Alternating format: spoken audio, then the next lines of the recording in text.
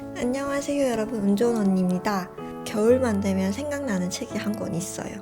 시린 옆구리를 더 시리게 만들고 더 가슴 아프게 만드는 이야기인데, 사랑이 어려운 분들이 읽으면 좋고 아닌 분들이 읽어도 아름다운 문장들을 감격하고 위로받을 거예요. 이 책을 읽고 한동안 여운에서 헤어나오질 못했거든요.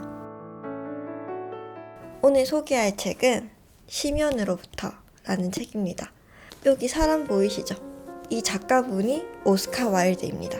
행복한 왕자라는 동화를 지은 작가인데, 이 책은 자신을 감옥으로 보낸 연인에 대한 증오와 애정이 담긴 러브레터입니다. 살면서 가슴 아픈 사랑 다들 한 번씩 해보시잖아요, 그쵸? 그런데 오스카 와일드에 비하면 정말 내 사랑은 가슴 아픈 사랑도 아니다 라는 생각이 들 만큼 처절합니다. 그 문장들을 여러분이랑 같이 나눠보려고 합니다. 제 책을 읽어본 구독자분들은 아시겠지만, 제가 대학교 때 좀 어리석은 사람과 연애를 했었어요. 이 연애가 나를 망치는 걸 알면서도 놓지를 못하고 있을 때였어요. 그때 우연히 도서관에서 이 책을 발견했습니다. 읽고 보니까 오스카 와일드의 연애사와 저의 연애사가 비슷하다는 걸 알게 되었어요.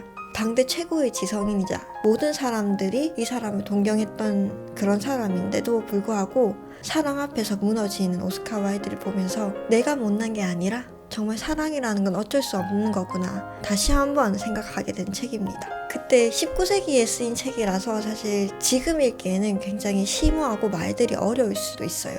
그래서 제가 2번을 읽었어요.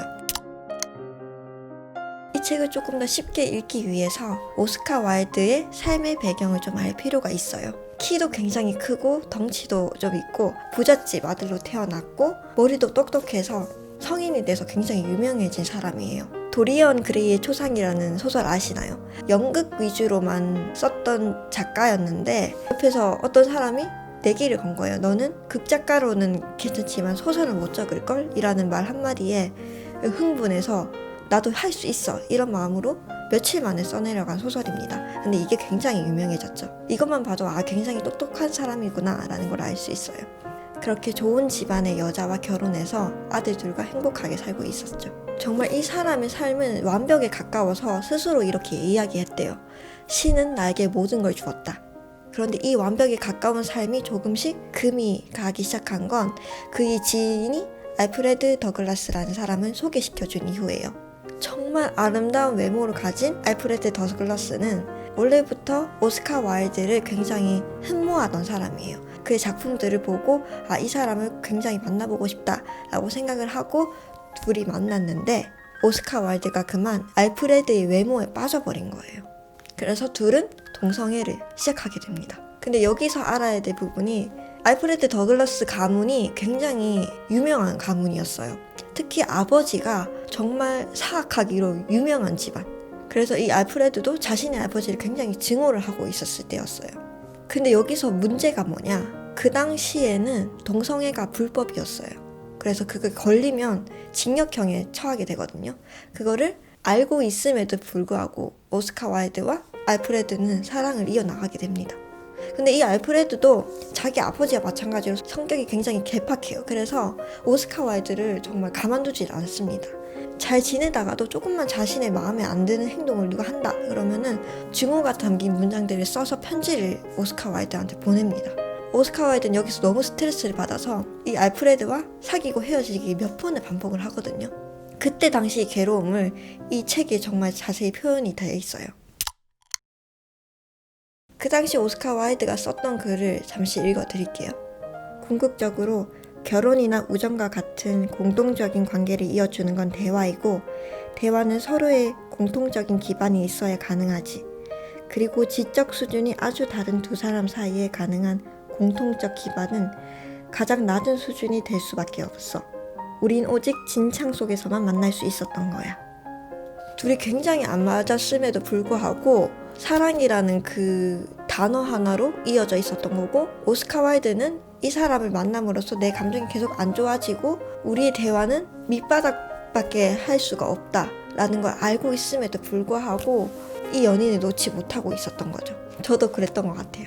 나는 이만큼의 대화 수준을 원하는데 이만큼밖에 할 수 없는 사람이라면 내가 밑으로 내려가서 만날 수밖에 없는 거잖아요. 오스카 와일드가 싫어하면서도 만났잖아요, 계속. 그래서 이렇게 쓴 부분이 있어요.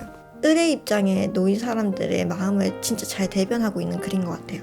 당신은 자신이 무슨 짓을 하건 내가 언제나 당신을 용서하리라는 것을 잘 알고 있었으니까. 당신 마음속에 그 절대적인 믿음이 바로 당신에게서 내가 언제나 가장 좋아했던 것이고 어쩌면 당신의 가장 좋은 점일지도 몰라. 이 알프레드는 자기가 무슨 짓을 하든 오스카 와일드가 자신을 용서해 줄 거란 건 알고 있었습니다. 그래서 어떤 짓이든 서슴없이 했던 것 같아요. 이러다간 정말 안 되겠다 싶어서 정말로 헤어져요, 둘이. 그런데 알프레드의 형이 총살로 죽어버린 건데요. 이걸 너무 안타깝게 여긴 오스카 와일드가 다시 그를 받아줍니다. 네가 지금 슬프니까 나에게 와서 마음껏 쉬렴. 근데 여기서 비극이 시작되는 거예요. 알프레드의 형이 이때 죽지만 않았어도 오스카 와일드가 알프레드를 다시 받아주지 않았으면 오스카 와일드가 즐거운 삶을 살다가 죽지 않았을까라는 생각이 드네요. 이게 무슨 일이냐면 퀸즈베리 사건이라고 그 당시에 굉장히 유명했던 사건이 있었어요. 알프레드의 아버지가 자신의 아들이 오스카 와일드랑 같이 어울리는 걸 굉장히 싫어한 나머지 편지로도 굉장히 욕설도 많이 쓰고 오스카 와일드의 연극이 일어나는 당시에 그 연극까지 찾아가서 행패를 부리고 그랬거든요. 이런 것들을 다 참아내려고 오스카 와일드 노력을 했어요. 근데 옆에 있던 연인인 알프레드가 자신의 아버지를 굉장히 싫어한다 그랬잖아요. 그래서 둘이 싸우길 바랬어요. 오스카한테 소송을 걸라고 얘기를 하죠. 오스카는 그 사랑스러운 연인의 말만 듣고 정말 소송을 진행을 해요. 그렇게 법정 싸움까지 가고 여기 신문이 있죠. 여기 오스카 와일드랑 연인의 아버지가 굉장히 싸우고 있는 모습이고 이 일로 오스카 와일드가 지게 됩니다. 그래서 파산하게 되고 모든 물건들이 경매에 넘어가는 모습이 여기 그려져 있는 모습이에요. 알프레드는 자신의 아버지를 철저히 망가뜨리고 싶었고 오스카 와일드를 그 수단으로 이용을 한 거죠. 그렇게 오스카 와일드는 동성애로 인한 풍기문란죄로 2년 동안 노동 금고형을 받게 됩니다. 여기서 감옥살이를 하다가 출소하기 5개월 전에 편지를 쓴 게 이 책입니다. 왜냐면 2년 동안 자신을 감옥으로 보냈던 그 연인이 자신한테 편지도 쓰지도 않고 면회를 오지도 않아요. 어떻게 네가 그럴 수 있냐라는 마음으로 쓴 건데 이 문장들이 너무 처절하고 아름다워서 이 책까지 나온 거 아니겠습니까? 이 책이 읽기는 어려워도 정말 끝까지 읽어야 되는 이유 중 하나가 끝이 정말 예술이에요. 오스카 와일드도 결국엔 자신이 굉장히 부족한 사람이라는 걸 감옥에서 깨달아요. 내가 너무나 자만했구나. 그리고 겸손이란 걸 감옥에서 배우게 됩니다. 그리고 나서 끝에 쓴 문장이 내가 비록 불완전하고 결함이 많다 할지라도 당신은 여전히 내게서 배울 게 많을 거야. 당신은 삶의 쾌락과 예술의 기쁨을 배우기 위해 나에게 왔지. 어쩌면 난 당신에게 그보다 훨씬 더 멋진 것을, 고통의 의미와 그 아름다움을 가르쳐주기 위해 선택된 사람인지도 몰라. 당신의 좋은 친구 오스카 와일드. 자신에게 아무리 고통을 준 사람이라 할지라도 나의 그 고통을 삶의 의미를 너에게 가르쳐주기 위해 나는 이런 시련을 겪는 걸지도 몰라 라는 말을 하고 있는 건데 와, 어떻게 이런 문장을 쓸 수 있죠? 저는 오스카 와일드가 쓴 글 중에 가장 기억에 남는 게 뭐냐면 오스카 와일드가 감옥에서 겸손을 배웠다고 했잖아요.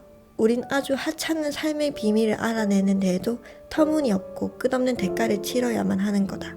그러니까 이 오스카 와일드는 겸손이라는 덕목을 배우기 위해서 감옥까지 간 거였잖아요. 어쩌면 우리 인생의 모든 일들이 그런 것 같아요. 우리는 건강이 중요하다, 가족이 중요하다, 이런 기본적인 것들을 다 잃은 다음에 깨닫잖아요. 죽을 때 돼서 그 의미들 다 깨닫는 것처럼 우리는 어쩌면 인생의 기본적인 것들을 깨닫기 위해서 모든 삶의 과정을 거치는 거 아닐까 싶어요. 결국 오스카 와일드는 감옥을 나오고 나서도 그 전 연인한테 돌아갑니다. 이게 정말 고구마예요. 왜 굳이 자신을 버린 사람에게 또 가냐? 라고 생각을 하잖아요. 근데 오스카 와일드는 이거에 대한 자신의 이야기를 친구에게 편지를 쓰면서 합니다. 동성애라는 제목으로 들어갔기 때문에 세상 모든 사람들이 이 오스카 와일드를 비난을 해요. 그리고 길거리에서 마주치기만 하면 피하는 사람도 있고 대놓고 욕을 하는 사람도 있었단 말이에요. 그래서 너무 외로운 거예요, 이 삶이. 그런데 유일하게 자신에게 다시 사랑의 손길을 내준 사람이 알프레드입니다. 그래서 자신은 어쩔 수 없는 선택이었다고 이야기를 해요. 그 문장 중에 하나가 나는 종종 불행할 거야. 자신도 그 사실을 안다는 이야기죠. 하지만 난 아직 그를 사랑하고 있네. 그가 내 삶을 망가뜨렸다는 사실이 그를 사랑하게 만든 거야. 감옥살이를 너무 힘들게 한 나머지 3년이 지난 후에 오스카 와일드는 죽게 됩니다. 굉장히 좀 마음 아픈 이야기죠. 이 심연으로부터라는 책에 오스카 와일드가 감옥에서 쓴 편지들이 내용이 대부분이지만 이 사람의 친구였던 앙드레지드나 다른 친구가 오스카 와일드와 지냈을 당시 어떤 대화들을 주고받았는지에 대해서도 적혀 있거든요. 근데 저는 그런 부분들이 더 흥미롭더라고요. 오스카 와일드 이렇게 대단한 사람들이랑 대화를 하면 어떤 느낌일까가 항상 궁금했는데 그 당시 이 사람이랑 대화했던 사람들이 너무 부러운 거예요. 저는 만약 시대를 거슬러서 한 사람과 만날 수 있다면 오스카 와일드를 제일 먼저 만나고 싶어요. 저는 이 책을 매 겨울마다 꺼내보면서 읽을 것 같아요. 그리고 이 찬란한 인생을 산 한 사람의 인생을 계속 곱씹으면서 이 추운 겨울을 보내려고 합니다. 삶에 도움이 되는 말들도 이 책에 많으니까 추운 겨울 이 책을 한번 읽어보시기 바랍니다. 여러분, 그러면 다음 영상도 더 좋은 영상으로 찾아올게요. 안녕.